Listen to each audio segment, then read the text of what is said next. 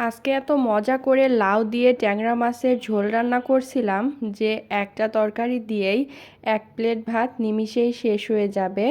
প্রথমে একটা বাটা মশলা তৈরি করে নিব, যার জন্য লাগবে জিরা, সরিষা, কাঁচামরিচ, রসুন, পেঁয়াজ আর আদা।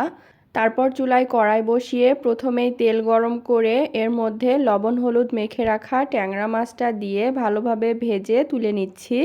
এখন তেলের মধ্যে পেঁয়াজ কুচি দিয়ে নেড়েচেড়ে ভেজে নিতে হবে। তারপর এর মধ্যে একটা লাউ ভালোভাবে কেটে ধুয়ে দিয়ে দিচ্ছি। যেদিন দেখি লাউটা অনেক কচি হয় সেদিন আমি চেষ্টা করি লাউটা মাছ দিয়ে রান্না করতে। এতে লাউ দিয়ে মাছের তরকারিটা আরও অনেক বেশি মজার হয়। আজকে ট্যাংরা মাছ ছিল বলে ট্যাংরা মাছ দিয়ে রান্না করেছি।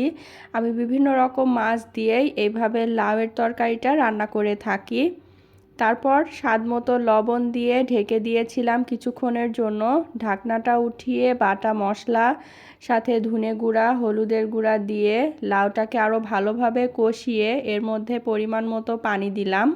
পানিতে বলক চলে আসলে ভেজে রাখা ট্যাংরা মাছগুলো দিয়ে ঢাকনা দিয়ে ঢেকে দিব সব কিছু ভালোভাবে সিদ্ধ হয়ে যাওয়া পর্যন্ত।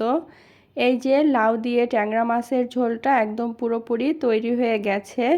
এখন একটা প্লেটে গরম ভাত নিয়ে নিলাম, সাথে লাউ দিয়ে ট্যাংরা মাছের ঝোলটা নিয়ে মজা করে খেয়ে নিলাম।